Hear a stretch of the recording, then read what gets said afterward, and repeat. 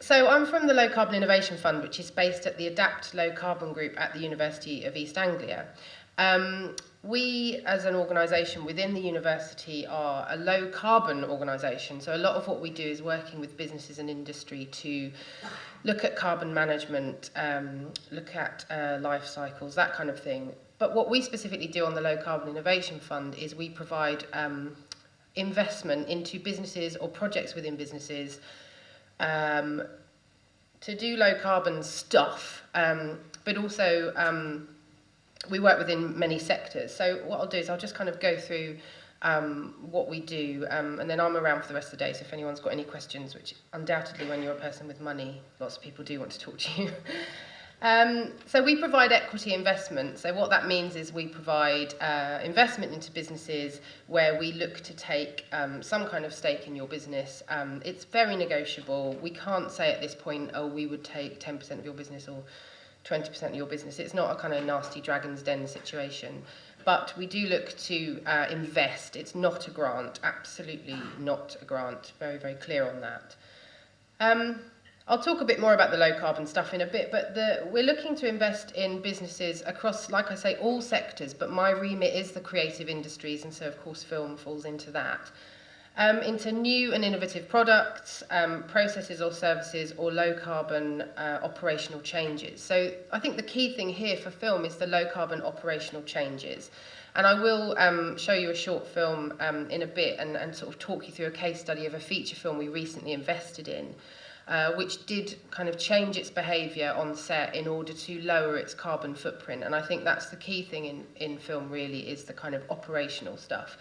We're not really going to be making new and innovative products unless you are a facilities company or someone that is kind of inventing new technology within the film industry, in which case you may well be inventing a new type of generator that uses different fuels, or lighting which uses solar technology, that kind of thing.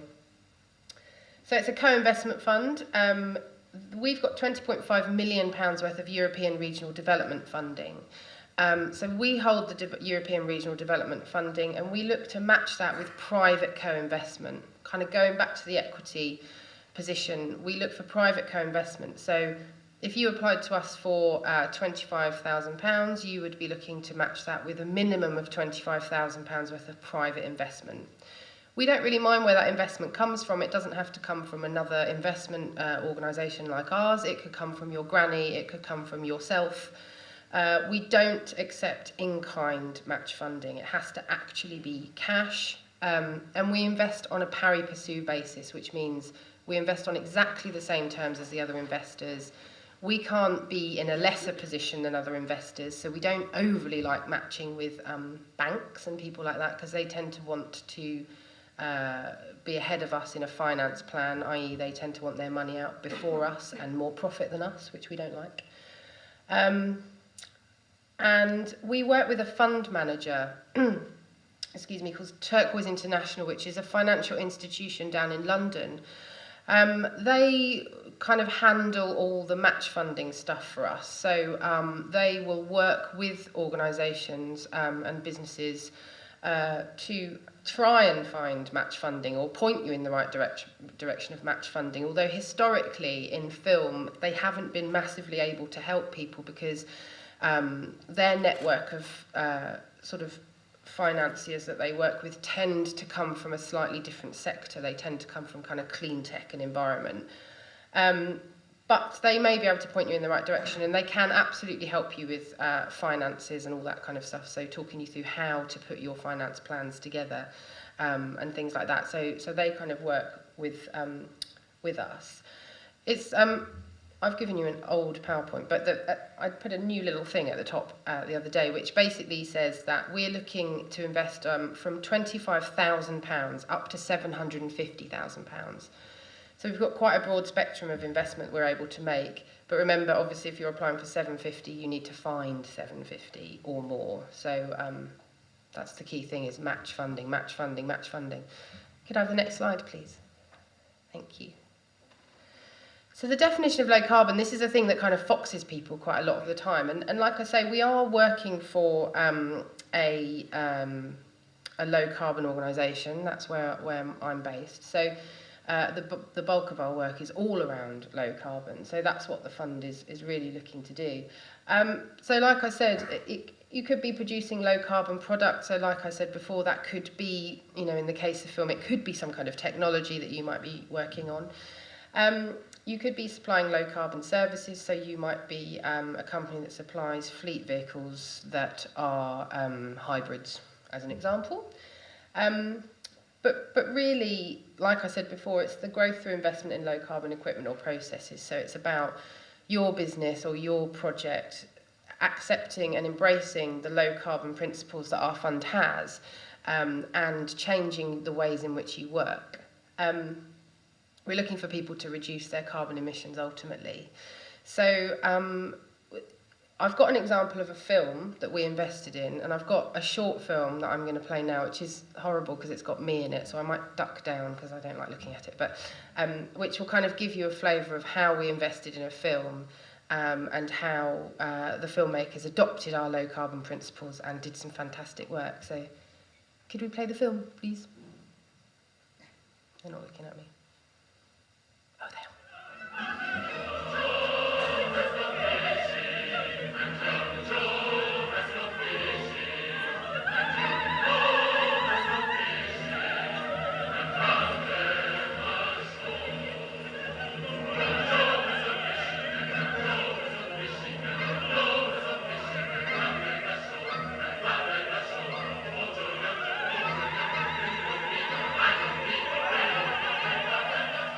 The Low Carbon Innovation Fund was delighted to support a film of this type because it was so innovative, it was alternative content, it was supporting the work of Benjamin Burton, and also because the producers and crew were adopting the principles of the fund, that is to lower their carbon emissions through the practices during the making of the film, thinking about their carbon footprint, which typically and historically the industry hasn't done generally, I'd say. We have used as many local people as possible within production. We're eating in local cafes and using local talent. You'd be surprised how many people around here can turn their hands to the various jobs that we need.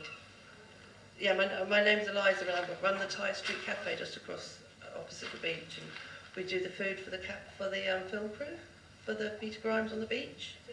I've got dogfish or rock eel and cod. Well, it's from Albi, it's from there, from the sea, and it's going into the woks over there. So no, not a very long journey. I'm going to make a green seafood curry. So, and I've got some bass as well that my friend caught with a line off the beach. So we have found that we have brought people here, but by train, by car sharing, as many people as possible has come in the trucks. We've used a local coach company to move people, and I'm driving a hybrid, which has been used to pick people up and run people around so that they're not having to use their own cars. Thinking about green issues and environmental awareness has actually made me more efficient and more efficient financially as well. We haven't had to hire skips because we're recycling everything. We're using reusable water bottles, so we're not having to buy individual water bottles. We're not using as much paper because everything is going electronically with just a few things being printed off. We're using hard drives instead of tape. And quite honestly, I've found that actually it has reduced our costs. The film was the first film to use the BAFTA Albert tool for measuring carbon footprints. It has been used for TV, but this was the first film to use it.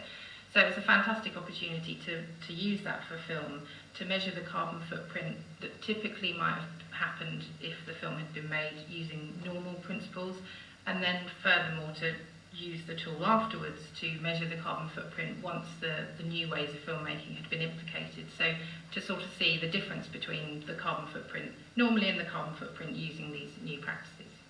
We're trying to reduce our environmental impact by at least 25%, and we're hopeful that actually we will reduce it by more than that, and that we will have a zero landfill waste, so nothing has gone to landfill and everything has been recycled that can be recycled.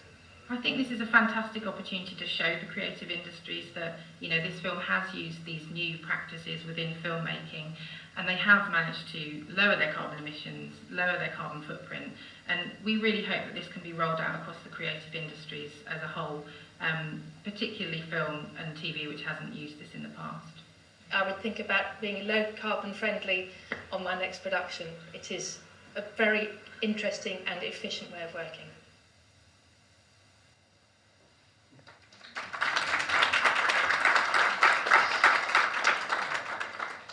So what they actually did was they reduced their carbon footprint by 50%, which was astonishing. And they saved about £1,000 or so, £1,000 to £2,000 on their budget. But as you know, if you're all filmmakers, any saving you can make is absolutely amazing. And I think the kind of viewpoint on this low carbon stuff has often been, we've had a bit of opposition on it from people who work in the film industry, because they'll say, oh, you know, I don't want to change what I'm doing, and oh, I haven't got money to think about that and do these extra things. But actually, a lot of what they did was a money saving exercise, and it just means you have to think a bit harder about stuff. And, you know, yes, we've got enough to worry about when we're making a film, of course, but if you actually just do a bit of extra planning, and when you're budgeting for your film, you do a carbon budget, which is what we ask our people to do when they're actually applying to the fund, then you can absolutely implement these changes really easily. And now BAFTA have got a website called Media Greenhouse, which actually, it has case studies of film and TV that have actually done this kind of low carbon work. And they can kind of tell you a step-by-step guide of what you need to do. You know, I mean, ours was just, you know, water bottles, local cafes.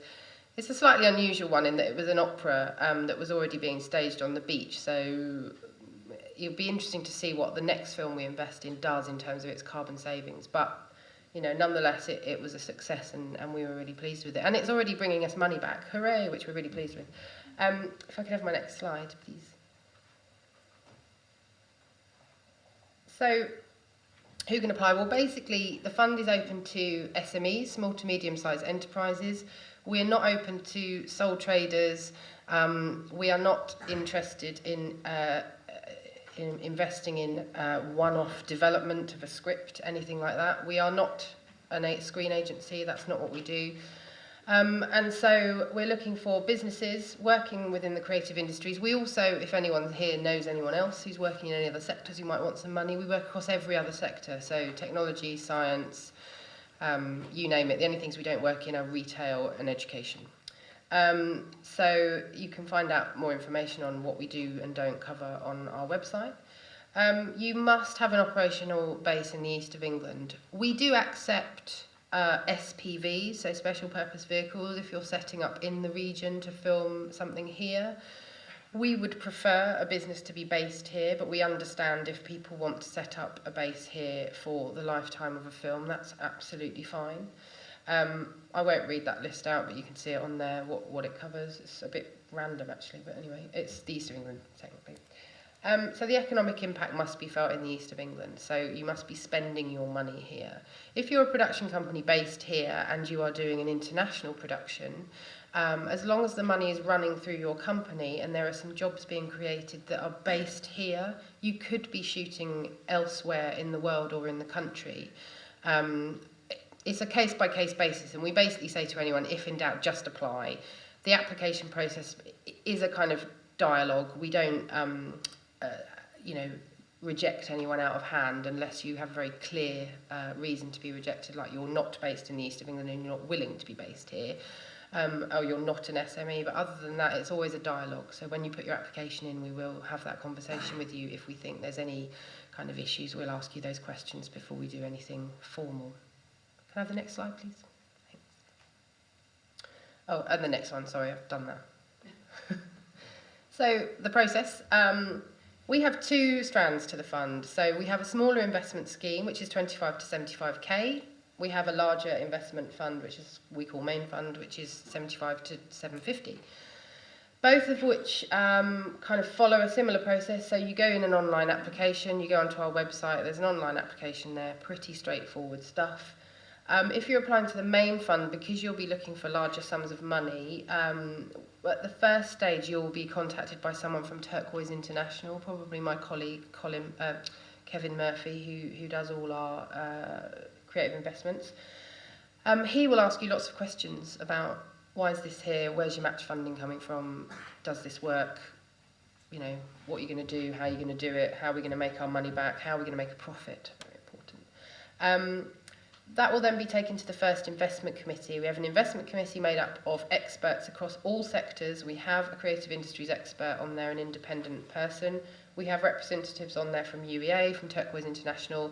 We will present the project, so myself and Kevin will present a film project to them. You don't have to come and pitch or anything scary like that. And then questions invariably come out of that. Usually, why are they valuing their company so high? Of course, it's not going to be worth £1 million trillion. And then we come back to you and do a kind of formal due diligence process where we will pose the formal questions to you that have been asked at the investment committee, then goes back to the investment committee, they make a decision yes or no, you then agree your legal terms with us, the legals is the sticky bit, and then you get the money, hooray. The smaller investment scheme is quicker because it's a smaller amount of money, on exactly the same terms though, so we still need the 50% match, we're still looking for an SME, we're still looking for it to be a viable project or business. Due diligence will be me and my colleague James and my colleague Saffron probably asking you lots of questions. We take it to the investment committee and they make a decision there. Sometimes they will ask questions and we come back and go back. Then you agree terms, money transfer. It's exactly the same process but slightly quicker. It takes about 4 to 6 weeks on the smaller investment scheme and as long as a piece of string is on the other one. Can I have the next slide, please? I can't remember what order my slides are in. Yeah, so the smaller investment scheme, like I said, 25 to 75k. I mean, we're looking to take a bit more of a risk on the smaller investment scheme than we would on the larger one, just because the sums are smaller. It's kind of aimed at spin-outs. It's kind of aimed at startups. You know, we are willing to kind of take a bit more of a punt on it because, you know, if you think you have a portfolio of investments over, you know, the kind of grand total of our fund is going to be in excess of sort of £50 million. You're going to have a lot of investments in there. So you play the odds game. So you may get one that's going to make you lots of money. You may invest in lots of others that have great opportunities around them. So the small investment scheme is that kind of lower end, really. The investments in the small investment scheme take the form of convertible loans. Now, that means that at a competitive market, attractive market rate, it says there, yes, it's about 4%, which is kind of better than banks will give you. So it's a convertible loan. We put it in as a loan at 4%, and after about 3 years, or an undeterminable amount of time, we might change our minds, you might change your mind, but we say around 3 years. At the end of that time, you might say to us, do you know what, I don't want to pay you the money back, I'd rather you just took an equity share in my company, which we'll happily do. Or we might say to you, do you know what, we don't want you to pay the money back, we want to take a share in your company because you're doing really well. It is a dialogue again, we're very friendly, it's all a conversation, we're not a kind of nasty sharky bank, so that's always a conversation. Although when you look at your contract, it does say probably that we have the right to convert it to equity if we want. You don't pay the interest from day one, so you're not paying us 4% a month, you know, 4% APR across, you know, you're not paying us monthly repayments, you pay it right back at the end. So if, like I say, if you get to the end of the 3 years and you say, oh, I haven't got the money to pay it back, I'd rather you just put it in equity, or, you know, I want you in my company for whatever reason, then you can. If anyone's got more questions about convertible loans, ask me later, because it's a bit complicated to do in a PowerPoint. Like I said, streamlined application process, speedy approval, quick response, and everything's on our website for that. Can I have the next slide, please? I mean, this is a bit of a short slide for what makes a good proposal, but like I say, we are looking to invest in businesses. So we are looking for businesses that aren't just saying to us, in the case of film, for example, we're just going to make this one film, we're not actually going to bother trying to sell it, we're not actually going to try and get it distributed, we're just going to make it for our friends and then we're going to close the company up. That's not what we're after. I say we're not a sharky bank, but we are looking to recoup our investment to put into a legacy fund so we can continue to invest post 2015 when our ERDF money runs out. And we are looking to make a profit. Again, all profits will go back into the legacy fund. So the idea is that we're trying to plough money back into the fund to keep it alive longer than 2015, which is our end date. Strong management team. Like I said, you know, on the lower end of the investments, we are looking to take a punt, but we are really keen on, you know, if you've got, you know, you're a startup, but you're really entrepreneurial and you're really exciting, you know, management team, you've got loads of great ideas, you know, we're really fired up about stuff like that. We're really keen on that sort of thing. So we are looking for the people, investment in the people in the business as well as the actual business idea. A good business plan. You may not know how to do a business plan, and actually we're, I think one of my slides says this, but we're setting up an investment readiness program where we'll be running a series of workshops to help you write business plans, to help you think about marketing, to help you think about your legals and your financials and that kind of thing. So we can help with that. We can also help with things like valuing your company, which is really confusing, and even though I've been doing this for a couple of years now, you know, don't ask me how you value a company. It's something to do with multiples of something or other, and James, my colleague who's our fund manager, he knows that so well, so he can help you do that, absolutely. So we are looking for you to be investment ready, and like I say, we can help with that. And we're looking for you to think about your onward growth, so to think about putting in place processes and kind of structures within your business to help you continue that business. So, you know, if you're a production company, we would want you to have other ideas and other things in the pipeline. We would not want you to just have this one film that you just want to make, because actually what happens at the end of that, we want to know what happens at the end of that. Could I have the next slide, please? Have the next one. Ah, there you go. Thank you. So yeah, there's the top ones are, if anyone wants to know about their own carbon management, you can look at the Low Carbon Group. And the Low Carbon Fund is there. If you want to find me later, I've got my business cards and you can talk to me about projects, and we can set up a private meeting at another time. So.